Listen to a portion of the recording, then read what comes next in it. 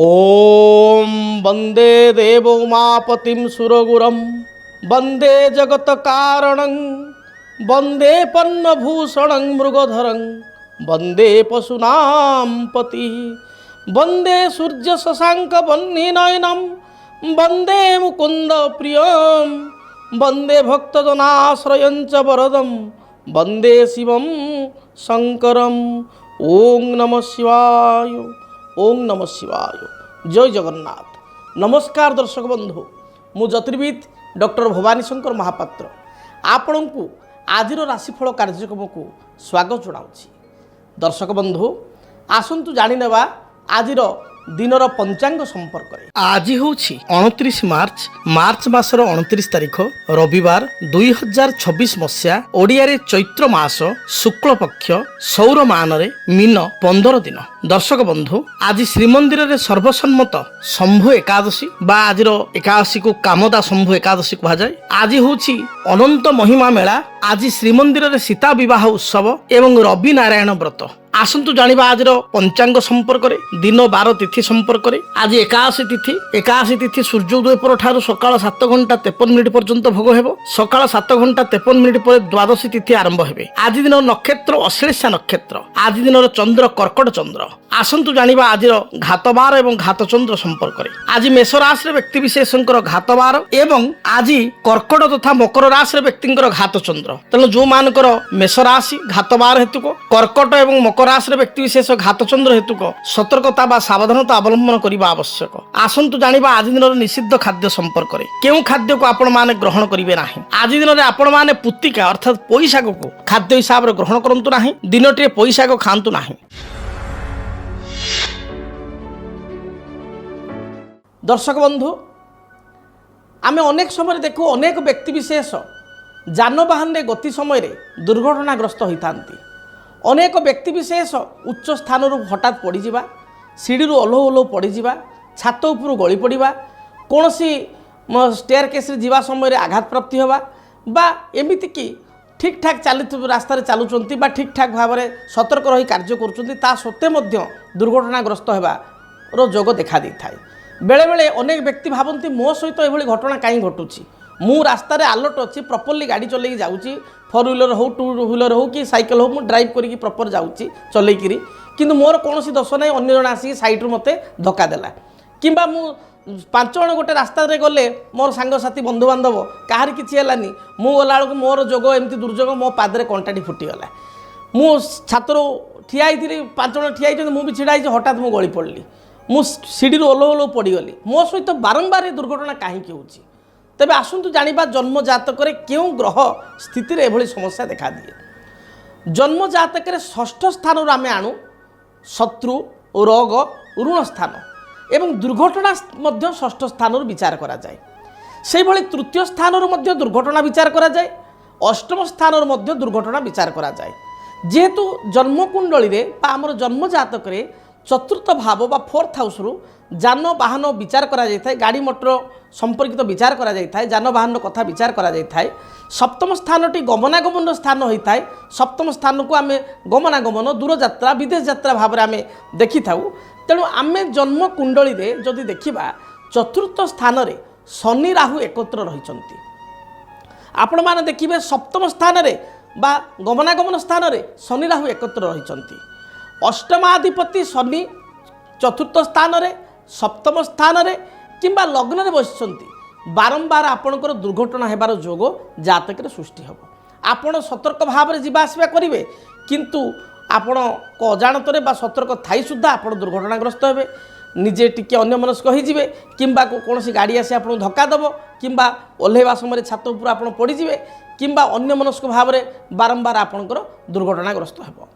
जदि जातक रे शनि मंगल परस्पर ठारू षडाष्टक थांती, अर्थात मंगल ठारू हिसाब कले शनि 6 एवं शनि ठारू मंगल हिसाब कले 8 रे थांती, किंबा अल्टरनेट भाव में आम देखा मंगल ठारू शनि 8 एवं शनि ठारू मंगल 6 रे थांती, ताको षडाष्टक कहा जाए। जदि जातक रे शनि मंगल परस्पर ठारू षडाष्टक थांती किंबा मंगल शनि जातक रे जदि लग्न रे ଚତୁର୍ଥରେ ସପ୍ତମରେ ଷଷ୍ଠ ସ୍ଥାନରେ ଦ୍ୱାଦଶ ସ୍ଥାନରେ ଅଥବା ଅଷ୍ଟମ ସ୍ଥାନରେ ଥାନ୍ତି। ମନେ ରଖିଥାନ୍ତୁ, ଯଦି ମଙ୍ଗଳ ଶନି ଜାତକରେ ଲଗ୍ନରେ ଚତୁର୍ଥରେ ଷଷ୍ଠରେ ସପ୍ତମରେ ଅଷ୍ଟମରେ ଅଥବା ଦ୍ୱାଦଶ ସ୍ଥାନରେ ଏକତ୍ର ଥାନ୍ତି, ବାରମ୍ବାର ବ୍ୟକ୍ତିବିଶେଷ ଦୁର୍ଘଟଣାଗ୍ରସ୍ତ ହେବାର ବା କୌଣସି ଆଘାତ ପ୍ରାପ୍ତି ହେବାର ଯୋଗ ଦେଖା ଦେଇଥାଏ। ମଙ୍ଗଳ ହେଉଛନ୍ତି ଅଗ୍ନିତତ୍ତ୍ୱର ଗ୍ରହ। ଯଦି ଗୋଟିଏ ମହିଳାଙ୍କ କୁଣ୍ଡଳୀରେ ଜନ୍ମ ଜାତକରେ ବା ଜଣେ ସ୍ତ୍ରୀଙ୍କ ଜାତକରେ ବା ଝିଅର ଜାତକରେ ଯଦି ମଙ୍ଗଳ ଶନି ଏକତ୍ର ଏଇଭଳି ଜାଗାରେ ଥାନ୍ତି, ତାହେଲେ ଆପଣ ଦେଖିବେ ରୋଷେଇ କରିବା ସମୟରେ ବହୁତ ମୋର ମା ମାନେ ଭଉଣୀ ମାନେ ଦେଖିବେ ସେମାନେ ପ୍ରାୟ ସମୟରେ ଆପଣ ଦେଖିବେ ଚେଙ୍କି ଯାଆନ୍ତି। ରୋଷେଇ କରିବା ସମୟରେ ଚେଙ୍କି ଯାଆନ୍ତି, ବାରମ୍ବାର ତାଙ୍କ ସହିତ ଘଟଣା ଘଟେ। ରୋଷେଇ କରୁ କରୁ ଚେଙ୍କି ଯିବା ଏ ସାଧାରଣ କଥା। କାହାର 6 ମାସରେ ଥରେ, କାହାର ବର୍ଷରେ ଥରେ ହେବା ନର୍ମାଲ କଥା, କି ମାସରେ 2 ମାସରେ ଥରେ ହେବା ନର୍ମାଲ କଥା। କିନ୍ତୁ ଆପଣ ଏଭଳି ଅନେକ ଗୃହିଣୀଙ୍କୁ ଦେଖିବେ, ଅନେକ ମହିଳାଙ୍କୁ ଦେଖିବେ, ମା ମାନଙ୍କୁ ଦେଖିବେ, ଭଉଣୀମାନଙ୍କୁ ଦେଖିବେ, ଯେଉଁମାନେ ପ୍ରତିଦିନ ତାଙ୍କର କମ୍ପ୍ଲେନ୍ ଥିବ ଯେ ଆଜି ମୁଁ ଗ୍ୟାସ୍ରେ ବସେଇଥିଲି, ମୋ ହାତ ଫଟକା ହେଇଗଲା, ମୁଁ ଚେକିଗଲି, ଆଜି ମୋ ଉପରେ ପେଜ ଢାଳିଗଲା, ଆଜି ଛୁରୀରେ କାଟୁ କାଟୁ ମୋର କଟିଗଲା, ପରିବା କାଟୁ କାଟୁ ବା ପନିକିରେ କାଟୁ କାଟୁ ମୋର ହାତ କଟିଗଲା। ପ୍ରାୟ ଯଦି ଆପଣଙ୍କ ସହିତ ଏଭଳି ଘଟଣା ଘଟେ, ବାରମ୍ବାର ଘଟଣା ଘଟେ, ତାହେଲେ ଜାଣିବେ ଆପଣଙ୍କ ଜାତକରେ ମଙ୍ଗଳ ଶନିଙ୍କର ପରିସ୍ଥିତି ଏଭଳି ରହିଛି ବା ଯେଉଁ ପ୍ଲାନେଟାରୀ ପୋଜିସନ୍ କହିଲେ ସେୟା ରହିଛି। ସେଭଳି ଭାବରେ ଚନ୍ଦ୍ରମା ଯଦି ଜାତକରେ କେତୁଯୁକ୍ତ ହୋଇଯାଏ, ଯଦି ଜାତକରେ ଚନ୍ଦ୍ରକେତୁ ଏକତ୍ର ଥାନ୍ତି, ଆଉ ସ୍ପେଶିଆଲି ଚନ୍ଦ୍ରକେତୁ ଜାତକରେ ଚତୁର୍ଥ ସ୍ଥାନରେ ଲଗ୍ନରେ ଷଷ୍ଠ ସ୍ଥାନରେ ସପ୍ତମ ସ୍ଥାନରେ ଅଷ୍ଟମ ସ୍ଥାନରେ ଅଥବା ଦ୍ୱାଦଶ ସ୍ଥାନରେ ଚନ୍ଦ୍ର ଆଉ କେତୁ ରହିଯାଆନ୍ତି, ତାହେଲେ ମଧ୍ୟ ବାରମ୍ବାର ଯାନବାହନ ହେତୁକ ଦୁର୍ଘଟଣା ଘଟିଥାଏ। ବାରମ୍ବାର ଇଲେକ୍ଟ୍ରିକ୍ ବା ବୈଦ୍ୟୁତିକ ଉପକରଣରେ ଆଘାତ ଲାଗିବା, କରେଣ୍ଟ ଲାଗିବା, ଅଗ୍ନି ବା ରୋଷେଇ ସମୟରେ ରୋଷେଇଶାଳରେ ବାରମ୍ବାର ହାତ ଚେଙ୍କିଯିବା, ଫଟକା ହୋଇଯିବା, ଏଭଳି ପେଜ ଢାଳିଯିବା, ଅଗାଳି ହୋଇଯିବ, ଅଗାଳିଲା ସମୟରେ ପେଜ ଢାଳିଯିବା, ଏଭଳି ସମସ୍ୟା ହୋଇଥାଏ। ତେବେ ଯଦି ଆପଣ ବାରମ୍ବାର ଦୁର୍ଘଟଣାଗ୍ରସ୍ତ ହେଉଥାନ୍ତି, ଜ୍ୟୋତିଷ ଶାସ୍ତ୍ର ହିସାବରେ ଗୋଟିଏ ସରଳ ପ୍ରତିକାର କରନ୍ତୁ। ସରଳ ପ୍ରତିକାର କ'ଣ କରିବେ? ପୁଷ୍ୟା ନକ୍ଷତ୍ର ପଡ଼ି ଯେବେ ସୋମବାର ପଡ଼ିଥିବ, ପୁଷ୍ୟା ନକ୍ଷତ୍ର ଏବଂ ସୋମବାର ଯେବେ ପଡ଼ିଥିବ, ଏହି ଦିନ ଆପଣ ସମୁଦ୍ର କୂଳରେ ଆପଣ ଦେଖିବେ, ପୁରୀ ବେଳାଭୂମିରେ ବା ଗୋପାଳପୁରରେ ଅନ୍ୟ ସମୁଦ୍ର କୂଳ ବେଳାଭୂମିରେ ବା ମାର୍କେଟରେ ମନ୍ଦିରରେ ଆପଣ ଦେଖିବେ ଗୋଟେ ଶଙ୍ଖର ଗୋଟେ ମୁଦି ଆସେ। ଶଙ୍ଖର ଗୋଟେ ମୁଦି ଆସେ, ଛୋଟ ରିଙ୍ଗଟେ ଆସେ, ଗୋଲ ରିଙ୍ଗ ଶଙ୍ଖର ମିଳେ। ସେ ଶଙ୍ଖର ମୁଦିଟିକୁ ଆପଣ ଆଣିବେ ଏବଂ ଆପଣ ଯେକୌଣସି ଦିନ ଆଣିପାରିବେ, କିନ୍ତୁ ପୁଷ୍ୟା ନକ୍ଷତ୍ର ସୋମବାର ଦିନ ଆପଣ କୌଣସି ଦେବୀଙ୍କ ମନ୍ଦିରକୁ ଯିବେ। ଆପଣଙ୍କ ଘର ପାଖାପାଖି ଯେଉଁ ଦେବୀଙ୍କ ମନ୍ଦିର ଅଛି, ଦେବୀଙ୍କ ମନ୍ଦିରକୁ ଯିବେ, ଭଗବତୀଙ୍କ ପାଖରେ ବା ଦେବୀଙ୍କ ପାଖରେ ନାମଗୋତ୍ରରେ ସେ ମୁଦିଟିକୁ ସ୍ପର୍ଶ କରାଇବେ। ବା ଯଦି 10 ମହାବିଦ୍ୟା ଅଛନ୍ତି, ପ୍ରତ୍ୟେକ ଠାକୁରାଣୀ ମନ୍ଦିରରେ ବା ଦେବୀ ମନ୍ଦିରରେ ବେଢ଼ାରେ ବା ଗର୍ଭଗୃହ ମଧ୍ୟରେ 10 ମହାବିଦ୍ୟା ଥାନ୍ତି। ଚନ୍ଦ୍ରଙ୍କର ଇଷ୍ଟଦେବୀ ହେଉଛନ୍ତି ମା ଭୁବନେଶ୍ୱରୀ। ମା ଭୁବନେଶ୍ୱରୀଙ୍କ ନିକଟରେ ଏହି ଆପଣଙ୍କ ଶଙ୍ଖ ମୁଦିଟିକୁ ବା ରିଙ୍ଗ, ଶଙ୍ଖର ରିଙ୍ଗଟିକୁ ମୁଦିଟିକୁ ସ୍ପର୍ଶ କରାଇବେ ଏବଂ ଦକ୍ଷିଣ ହାତର ଅନାମିକା ଆଙ୍ଗୁଠି ରିଙ୍ଗ ଫିଙ୍ଗରରେ ଆପଣ ଧାରଣ କରିବେ। ପୁରୁଷ ହୁଅନ୍ତୁ ମହିଳା ହୁଅନ୍ତୁ ଆପଣ ଧାରଣ କରିବେ। ଦେଖିବେ ଯଦି ଆପଣଙ୍କ ସହିତ ବାରମ୍ବାର ଆକସ୍ମିକ ଦୁର୍ଘଟଣା ଘଟୁଥାଏ, ଆପଣ ସତର୍କ ଥାଇ ମଧ୍ୟ ଦୁର୍ଘଟଣାଗ୍ରସ୍ତ ହେଉଥାନ୍ତି, ଆପଣଙ୍କର ବାରମ୍ବାର କିଛି ନା କିଛି ମାନେ ଦୁର୍ଘଟଣା ଯୋଗୁଁ ସମସ୍ୟା ଉପୁଜୁଥାଏ, ତାହେଲେ ତାହା ସମ୍ପୂର୍ଣ୍ଣ ବନ୍ଦ ହୋଇଯିବ। ଏହା ଏକ ଚମତ୍କାରୀ ଉପାୟ, ସାଧାରଣ ଉପାୟଟିଏ, ଚମତ୍କାରୀ ଉପାୟ। ଯଦି ପୁଷ୍ୟା ନକ୍ଷତ୍ର ଆଉ ସୋମବାର ସଂଯୋଗ ପଡ଼ୁନାହିଁ, ତାହେଲେ ଯେକୌଣସି ଶୁକ୍ଳପକ୍ଷ ସୋମବାର ଦିନ ମଧ୍ୟ ଏ କାର୍ଯ୍ୟକୁ ଆପଣ କରିପାରିବେ। କିନ୍ତୁ ପୁଷ୍ୟା ନକ୍ଷତ୍ରରେ କାର୍ଯ୍ୟ କଲେ ଅଧିକ ଶୁଭପ୍ରଦ ହୋଇଥାଏ। ଯଦି ଆପଣ ଜାଣିପାରୁନାହାନ୍ତି, ତାହେଲେ ଶୁକ୍ଳପକ୍ଷ ସୋମବାର ଏ କାର୍ଯ୍ୟକୁ କରିବେ। ଦେଖିବେ ବାରମ୍ବାର ଯଦି ଆପଣଙ୍କ ସହିତ ଆକସ୍ମିକ ଦୁର୍ଘଟଣା ଘଟୁଛି, ଗାଡ଼ି ମଟରରେ, ଯାନବାହନରେ, ଉଚ୍ଚ ସ୍ଥାନରୁ କିମ୍ବା କୌଣସି ପ୍ରକାରର ଫଟକା ଚେଙ୍କି ଲାଗିଯିବା, ଯାହା ବି ହେଉଛି ହେଉ, ଏଇଭଳି ଦୁର୍ଘଟଣା ଘଟୁଛି ବାରମ୍ବାର, ଆପଣ ପ୍ରତିକାର କରିବା ଦ୍ୱାରା ଆପଣଙ୍କର ସମସ୍ତ ସମସ୍ୟାର ସମାଧାନ ହୋଇପାରିବ। ସେଇଭଳି ଏକ ପ୍ରତିକାର କରିବା ସହିତ ଆଉ ଏକ ପ୍ରତିକାର କରିପାରିବେ କ୍ଷୀରକୋଳି ବୃକ୍ଷ, ଯାହାକି ଚନ୍ଦ୍ରଗ୍ରହଙ୍କର ବୃକ୍ଷ। କ୍ଷୀରକୋଳି ବୃକ୍ଷକୁ କୁଣ୍ଡରେ ଲଗାଇ ଚନ୍ଦନ, ସିନ୍ଦୁର, ଦୀପ, ଧୂପ, ଧଳା ରଙ୍ଗର ଫୁଲ ଦେଇ ଯଦି ପ୍ରତ୍ୟେକ ଦିନ ପୂଜା କରିବେ, ତାହେଲେ ମଧ୍ୟ ଆପଣମାନେ ଅନୁଭବ କରିବେ ଯଦି ଯାନବାହନରେ ସ୍ପେଶାଲି ବାରମ୍ବାର ଦୁର୍ଘଟଣା ଘଟୁଛି, ତାହେଲେ ଏ ଦୁର୍ଘଟଣା ମଧ୍ୟ ଘଟିବ ନାହିଁ। ଏବଂ ବାରମ୍ବାର ଦୁର୍ଘଟଣା ଘଟୁଥିଲେ ଆପଣ ଦୁର୍ଘଟଣା ନାଶକ ଏକ ଯନ୍ତ୍ର ବା ଦୁର୍ଘଟଣା ନିବାରକ ଯନ୍ତ୍ର ସିଦ୍ଧ କରାଇ, କୌଣସି ଅଭିଜ୍ଞ ବ୍ରାହ୍ମଣଙ୍କ ଦ୍ୱାରା, ଜ୍ୟୋତିର୍ବିଦଙ୍କ ଦ୍ୱାରା ପୂଜା ପାଠ କରାଇ, ସିଦ୍ଧ କରାଇ ବା ପ୍ରାଣ ପ୍ରତିଷ୍ଠିତ କରାଇ ଘରେ ପୂଜା ଘରେ ସ୍ଥାପନା କରି ଧଳା ଫୁଲରେ ଯଦି ପ୍ରତ୍ୟେକ ଦିନ ପୂଜା କରିବେ, ଧୂପ ଦୀପ ନୈବେଦ୍ୟ ପ୍ରଦାନ କରିବେ, ତାହେଲେ ମଧ୍ୟ ଦୁର୍ଘଟଣାରୁ, ଆକସ୍ମିକ ଦୁର୍ଘଟଣାରୁ ଆପଣ ରକ୍ଷା ପାଇପାରିବେ। କିନ୍ତୁ ପ୍ରଥମ ପ୍ରତିକାରଟି ଯେଉଁ କହିଲି ଶଙ୍ଖ ମୁଦି, ଏହା ଅତି ସହଜ ଉପାୟ ଏବଂ ଏହା ବହୁ ପରୀକ୍ଷିତ ଉପାୟ। ତେଣୁ ପ୍ରଥମ ଉପାୟଟିକୁ କରିବା ପାଇଁ 100% ଆପଣ ଚେଷ୍ଟା କରନ୍ତୁ, 100% ଚେଷ୍ଟା କରନ୍ତୁ। ତେବେ ହଁ ଦର୍ଶକ ବନ୍ଧୁ, ସମୟ ଇସାରା ଦେଲାଣି ଜାଣିବା ଆଜିର ରାଶିଫଳ ସମ୍ପର୍କରେ। ଦେଖିବା ମେଷ ଠାରୁ ମୀନ ପର୍ଯ୍ୟନ୍ତ ଦ୍ୱାଦଶ ରାଶିର ବ୍ୟକ୍ତିବିଶେଷଙ୍କ ପାଇଁ ଆଜିର ଦିନଟି କିପରି ବିତିବ। ସର୍ବପ୍ରଥମେ ମେଷ ରାଶି।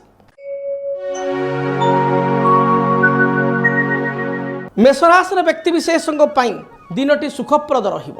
ନୂତନ ଭୂମି, ଗୃହ, ଯାନବାହନ, ଘରକରଣା ଦ୍ରବ୍ୟ ଗୃହକୁ କ୍ରୟ କରି ଆଣିବେ। ପାରିବାରିକ ଜୀବନରେ କୌଣସି ବାଧାବିଘ୍ନ ଥିଲେ ତାହା ଦୂରୀଭୂତ ହେବ। ସନ୍ତାନଙ୍କ କାର୍ଯ୍ୟକଳାପକୁ ନେଇ ଆତ୍ମସନ୍ତୋଷ ବ୍ୟକ୍ତ କରିବେ। ଆଜି ଦିନରେ ଦୂରଯାତ୍ରା କରିବା ପାଇଁ ଆପଣଙ୍କୁ ସୁଯୋଗ ମିଳିବ। କୌଣସି ମାଙ୍ଗଳିକ କାର୍ଯ୍ୟରେ ଯୋଗଦାନ କରିବେ। ଶୁଭ ରଙ୍ଗ ହିସାବରେ ଦିନଟିରେ ଖଇର ବା ମେରୁନ୍ କଲରକୁ ବ୍ୟବହାର କରନ୍ତୁ, ଶୁଭଫଳ ପ୍ରାପ୍ତି କରିବେ। ବୃଷ ରାଶି। ବୃଷ ରାଶିର ବ୍ୟକ୍ତିବିଶେଷଙ୍କ ପାଇଁ ଦିନଟିରେ ଉତ୍ସାହ ବଢ଼ିଯିବ। ପାରିବାରିକ ଜୀବନରେ କୌଣସି ବାଧା ବିଘ୍ନ ସମସ୍ୟା ଥିଲେ ତାହା ଦୂରୀଭୂତ ହେବ। କର୍ମକ୍ଷେତ୍ରକୁ ନେଇ ଦୂରଯାତ୍ରା କରିବେ। ମାନସିକ ଚିନ୍ତା ଦେଖା ଦେଇପାରେ। ଦୂରଯାତ୍ରା କରିବା ପୂର୍ବରୁ ଆପଣ ପକେଟରେ ଗୋଟେ ଧଳା ରୁମାଲ ବା ହ୍ୱାଇଟ୍ କଲରର ରୁମାଲଟେ ରଖି ଦୂରଯାତ୍ରା କରନ୍ତୁ, ଯାତ୍ରା ହେତୁକୁ ଶୁଭଫଳ ପ୍ରାପ୍ତି କରିବେ। ବ୍ୟବସାୟୀମାନଙ୍କ ପାଇଁ ଦିନଟି ଅନୁକୂଳ ରହିଛି। ଗୃହିଣୀମାନେ ଆଜି ଦିନରେ ଉଚ୍ଚ ପ୍ରଶଂସିତ ହେବେ। ପରିବାର ସଦସ୍ୟଙ୍କର ମନ ନେଇ ଚଳିବେ। ସନ୍ତାନ ସନ୍ତତି ହେତୁକ କିଛି ଶୁଭ ସମ୍ବାଦ ବା ଶୁଭଫଳ ପାଇପାରିବେ। ପରବର୍ତ୍ତୀ ରାଶି ମିଥୁନ ରାଶି। ସ୍ୱାସ୍ଥ୍ୟଗତ ସମସ୍ୟାକୁ ନେଇ ସାମାନ୍ୟ ଚିନ୍ତିତ ହୋଇପାରନ୍ତି। ତେବେ ଆଜି ଦିନରେ ଆପଣ ଅର୍ଥ ପ୍ରାପ୍ତି କରିବେ। ଅର୍ଥ, ସମ୍ମାନ, ପ୍ରତିଷ୍ଠା ଦିନଟିରେ ପ୍ରାପ୍ତି ହେବ। ବ୍ୟବସାୟୀମାନେ ବ୍ୟବସାୟରେ ଅନୁକୂଳ ଫଳ ପ୍ରାପ୍ତି କରିବେ। କୌଣସି ଦ୍ରବ୍ୟ ହଜି ଯାଇପାରେ ବା ନଷ୍ଟ ହୋଇଯାଇପାରେ, ଆପଣ ଜଗି ରଖି ଚଳନ୍ତୁ। ଏପରିକି ଗୁରୁତ୍ୱପୂର୍ଣ୍ଣ ଡକୁମେଣ୍ଟ, କାଗଜପତ୍ର ବା କୌଣସି ଗାଡ଼ିର ଚାବି ଆପଣ ହଜାଇ ଦେଇ ଅନ୍ୟମନସ୍କ ଭାବରେ ହଜାଇ ଦେଇ ପରେ ଅନୁତାପ କରିପାରନ୍ତି। ଆଜି ଦିନରେ ଶୁଭଫଳ ପ୍ରାପ୍ତି ପାଇଁ ସବୁଜ, ନୀଳ କିମ୍ବା ଗୋଲାପୀ ରଙ୍ଗର ବସ୍ତ୍ର ପରିଧାନ କରନ୍ତୁ, ଦିନଟି ଶୁଭପ୍ରଦ ହେବ। କର୍କଟ ରାଶି। ଦେହ ମନ ସମ୍ପୂର୍ଣ୍ଣ ରୂପରେ ଭଲ ରହିବ। ପାରିବାରିକ ଜୀବନରେ କୌଣସି ବାଧାବିଘ୍ନ ଥିଲେ ତାହା ଦୂରୀଭୂତ ହେବ। ମାଙ୍କ ଠାରୁ କୌଣସି ଉପହାର ପ୍ରାପ୍ତି କରିବେ। ପୂର୍ବରୁ ପୈତୃକ ସମ୍ପତ୍ତିକୁ ନେଇ ବିବାଦ ଥିଲେ ତାହା ଦୂରୀଭୂତ ହେବ। ପାଖ ପଡ଼ୋଶୀଙ୍କ ସହିତ ମତଭେଦ ଥିଲେ ତାହା ଦୂରୀଭୂତ ହେବ। ଦିନଟି ଶୁଭପ୍ରଦ ରହିଛି। ପାରିବାରିକ ଜୀବନ, କର୍ମକ୍ଷେତ୍ର, ବ୍ୟବସାୟିକ ଜୀବନ ସ୍ୱମୋଟ ଆପଣଙ୍କ ପାଇଁ ଶୁଭପ୍ରଦ ରହିବ। ଆପଣଙ୍କର ଆଜି ଦିନର ଶୁଭ ରଙ୍ଗ ଧଳା ଏବଂ ନୀଳ। ଏହି ରଙ୍ଗର ବସ୍ତ୍ର ପରିଧାନ କରନ୍ତୁ, ଦିନଟି ଶୁଭପ୍ରଦ ହେବ। ସିଂହ ରାଶି। ପାରିବାରିକ ଜୀବନରେ କୌଣସି ମତଭେଦ ଥିଲେ ଆଜି ଦୂରୀଭୂତ ହେବ। ସାମୂହିକ କାର୍ଯ୍ୟରେ ନିଜକୁ ଯୋଗଦାନ କରି ଆଶ୍ୱସ୍ତି ମନେ କରିବେ। ନେତୃତ୍ୱ ନେବେ ବା লিডরশিপ କ୍ୱାଲିଟି ଆପଣଙ୍କ ଭିତରେ ଦେଖାଦେବ। କର୍ମକ୍ଷେତ୍ରରେ ଉଚ୍ଚ ପଦାଧିକାରୀଙ୍କ ସହିତ ମତଭେଦ ଦେଖାଦେଇପାରେ। ସହକର୍ମୀଙ୍କ ସହିତ କିଛି କଥାକୁ ନେଇ ମତାନ୍ତର ବା ମତଭେଦ ଉପୁଜିପାରେ। ଦୂରଯାତ୍ରାର ଯୋଗ ରହିଥିବାରୁ ପୂର୍ବାହ୍ନ ସମୟରେ ଦୂରଯାତ୍ରା କରିପାରନ୍ତି। ସନ୍ତାନଙ୍କ କାର୍ଯ୍ୟକଳାପକୁ ନେଇ ଅସନ୍ତୋଷ ବ୍ୟକ୍ତ କରିପାରନ୍ତି। ଆଜି ଦିନରେ ସିଂହ ରାଶିର ପୁରୁଷ ଏବଂ ମହିଳାଙ୍କର ଜୀବନସାଥୀଙ୍କ ସହିତ ତର୍କ ବିତର୍କ କଳହ ବଢ଼ିଯାଇପାରେ। ଭାଇଙ୍କର କଥାବାର୍ତ୍ତାକୁ ନେଇ ଚିନ୍ତିତ ହୋଇପାରନ୍ତି। ଦିନ ବିଶେଷ ଭଲ ଯାଉନଥିବାରୁ ଆପଣ ଆଜି ଦିନରେ ଭଗବାନ ସୂର୍ଯ୍ୟଙ୍କୁ ଗାଧୋଇ ସାରି ଜଳାର୍ଘ୍ୟ ପ୍ରଦାନ କରନ୍ତୁ ଏବଂ ଓମ୍ ଘୃଣୀ ସୂର୍ଯ୍ୟାୟ ନମଃ ଏହି ମନ୍ତ୍ରକୁ ଅତି କମ୍ରେ 21 ଥର ଜପ କରି ଦୂରଯାତ୍ରା କରନ୍ତୁ। ଯାତ୍ରା ହେତୁ ଗରିଷ୍ଠ ଖଣ୍ଡନ ହେବ। କନ୍ୟା ରାଶି। କନ୍ୟା ରାଶିର ବ୍ୟକ୍ତିବିଶେଷଙ୍କ ପାଇଁ ଦିନଟି ଅତ୍ୟନ୍ତ ଶୁଭପ୍ରଦ ଅଟେ। ପୂର୍ବରୁ କୌଣସି ପ୍ରତୀକ୍ଷିତ ସମ୍ବାଦ ଆଜି ଦିନରେ ଶୁଣିପାରିବେ। ପାରିବାରିକ ଜୀବନ ସୁଖପ୍ରଦ ହେବ। ସନ୍ତାନ ସନ୍ତତିକୁ ନେଇ ସାମାନ୍ୟ ଚିନ୍ତିତ ହୋଇପାରନ୍ତି। ଦାମ୍ପତ୍ୟ ଜୀବନ ଅନୁକୂଳ ରହିବ ବା ସୁଖମୟ ରହିବ। ପୂର୍ବରୁ କୌଣସି ଅର୍ଥ ରାଶି ବା ବକେୟା ରାଶି ପାଇବା ପାଇଁ ଚାହୁଁଥିଲେ ଆଜି ଦିନରେ ବକେୟା ରାଶି ଆପଣଙ୍କୁ ମିଳିଯିବ। ଦିନଟିରେ ବ୍ୟବସାୟୀମାନେ ବ୍ୟବସାୟରେ ଶୁଭଫଳ ପ୍ରାପ୍ତି କରିବେ। ଦିନ ମଧ୍ୟମ ଧରଣ ଥିବାରୁ ଦିନକୁ ଶୁଭ ଉପରେ ପରିଣତ କରିବା ପାଇଁ ବା ଅନୁକୂଳ କରିବା ପାଇଁ ଆପଣ ମା ଦୁର୍ଗାଙ୍କୁ ଦର୍ଶନ କରନ୍ତୁ। ଭଗବତୀ ମା ଦୁର୍ଗାଙ୍କ ନିକଟରେ ବା ଗ୍ରାମଦେବତୀଙ୍କ ନିକଟରେ, ଆପଣଙ୍କ ଗାଁରେ ଯିଏ ଗ୍ରାମଦେବତୀ ଅଛନ୍ତି ତାଙ୍କ ନିକଟରେ 7 ଗୋଟି ମନ୍ଦାର ଫୁଲ ଅର୍ପଣ କରି ଦୂରଯାତ୍ରା କରନ୍ତୁ ବା କର୍ମସ୍ଥଳକୁ ଯାତ୍ରା କରନ୍ତୁ। ଦିନଟି ଶୁଭପ୍ରଦ ହେବ। ଯଦି ଆପଣଙ୍କ ଜୀବନରେ ବ୍ୟକ୍ତିଗତ ପାରିବାରିକ ସମସ୍ୟା, କର୍ମକ୍ଷେତ୍ର ନିଯୁକ୍ତି, ବୈବାହିକ ସମସ୍ୟା, ବାସ୍ତୁଦୋଷ ଏବଂ ମାଲି ମକଦ୍ଦମା ଆଦି ସମସ୍ୟା ଥାଏ, ତାହେଲେ ସମସ୍ୟାର ସମାଧାନ ଓ ପରାମର୍ଶ ପାଇଁ ଆମକୁ ଯୋଗାଯୋଗ କରନ୍ତୁ। ଜ୍ୟୋତିର୍ବିଦ doctor Bhavani Shankar Mahapatra, Budheshwari colony, plot number 26, Bhubaneswar. Phone number 9776833302 9439444924। आमर वेबसाइट www.srijagannathastro.com। तुला राशि तुला राशि व्यक्ति विशेष कर्मक्षेत्र को नहीं दूरयात्रा करेंगे। पारिवारिक जीवन सुखप्रद हेब। देह मन संपूर्ण रूप से सुस्थ रहिब। परिश्रमी हेबे। निजर दृढ़ चिंता द्वारा बा निजर दृढ़ कर्म द्वारा आज असाध्य कार्य को साध्य करेंगे। व्यवसायी व्यवसाय क्षेत्र टिके मांदा जाई पारे। आज दिन में अर्थ खर्चर जोग अपराह्न समय रही। बंधु दर्शन सहित कौन गृहजात सामग्री क्रय करेंगे। भोजी भात बा आनुष्ठानिक कार्य योगदान करी आपण को टिके अर्थ खर्च करिया पड़ो। आपण शुभ रंग धला एवं नील। धला नील आकाशी रंग को मध्य व्यवहार करेंगे। यही रंगर वस्त्र परिधान करंतु। दिनटी शुभप्रद हेब। बिच्छा राशि बिच्छा राशि व्यक्ति विशेषों दिनटी मिश्रित फल प्रदान करिब। पारिवारिक जीवन में पूर्वर कौन तिक्तता थिले ता दूरीभूत हेब। संतान हेतुक शुभ फल प्राप्ति करेंगे। आज दिन में शाशु बोहूं मध्य कि नणद भाउजों मध्य छोट छोट कथा को नहीं बाक वितंडा बा जुक्तितर्क देखा दे पारे। जदि पूर्वर कौन अर्थराशि पाइबापी चाहूँगी दिनटे पूर्वर निर्धारित अर्थराशि को फेरस्त पाइबे। आज दिन में पाख पड़ोशी सहित सामान्य कलह देखा दे पारे। अन्य को विश्वास करी साहाय्य करी पश्चाताप करि पारंती, अनुतप्त हो पारंती। दिनटे शुभफल प्राप्ति पाई आपण हनुमान चालीसा पाठ करंतु। हनुमान को सिंदूर मस्तक लगाई दूरयात्रा करंतु। धनु राशि आय व्यय मोटामोटी समान रहिब। पारिवारिक जीवन मिश्रित फल प्रदान करिब। संतान को कार्यकलाप को नहीं सामान्य चिंतित हेबे। दाम्पत्य जीवन में पूर्वर कौन मतभेद थिले ता दूरीभूत हेब। आज दिन में आपण उच्च आशावादी होगा सहित किसी नुआ कार्य आरंभ करिपारंती बा नूतन कार्य को आरंभ करिपारंती। कार्य आपनको सुचारू रूप से समाप्ति हेब। दिन में धार्मिक भावना जात हेब। धर्म कार्य निजक नियोजित करेंगे। आपणको पाई शुभ रंग हलदी सुनेली एवं गोलापी यही रंगर वस्त्र दिनटी परिधान करंतु। मकर राशि